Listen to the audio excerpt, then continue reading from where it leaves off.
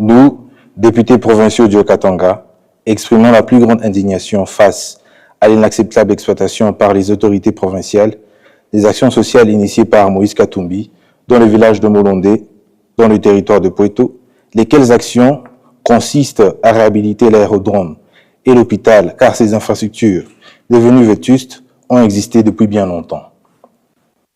Nous condamnons avec force l'attitude scandaleuse des autorités qui ont enlevé et torturé le chauffeur après s'être emparé de la Jeep dont il avait la charge.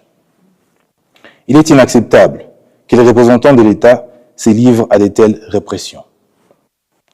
Alors qu'il avait pris l'engagement de remettre la piste d'aviation réhabilitée par ses efforts personnels à la régie des voies aériennes, comme il l'avait précédemment fait à Kachobwe et à Poeto, l'acharnement dont souffre Moïse Katumbi est clairement motivé par des intérêts inavoués.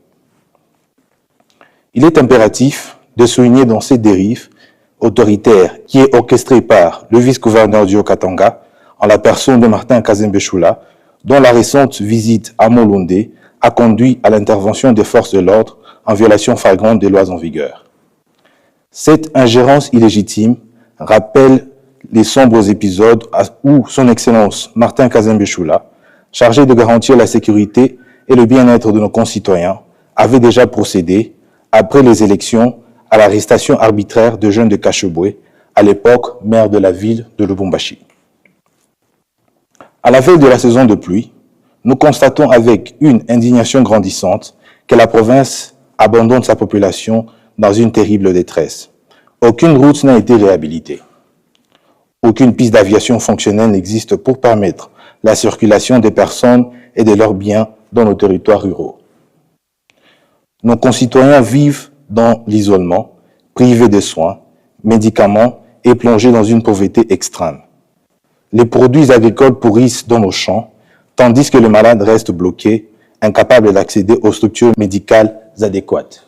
Dans ce contexte tragique, l'acharnement du vice-gouverneur, son Excellence Martin Kazembe-Choula, envers les simples travaux de réhabilitation d'infrastructures essentielles relève d'un mépris criminel vis-à-vis de notre population. Cette situation ne peut être tolérée plus longtemps. Nous exigeons, sans délai, la mise en place d'une commission d'enquête parlementaire pour se rendre sur terrain à Molondé, exposer la réalité des faits à notre Assemblée et proposer des initiatives concrètes pour soutenir notre population durement enclavée et souffrant atrocement. Il est temps de restaurer la dignité de notre peuple et de mettre fin à ces abus intolérables.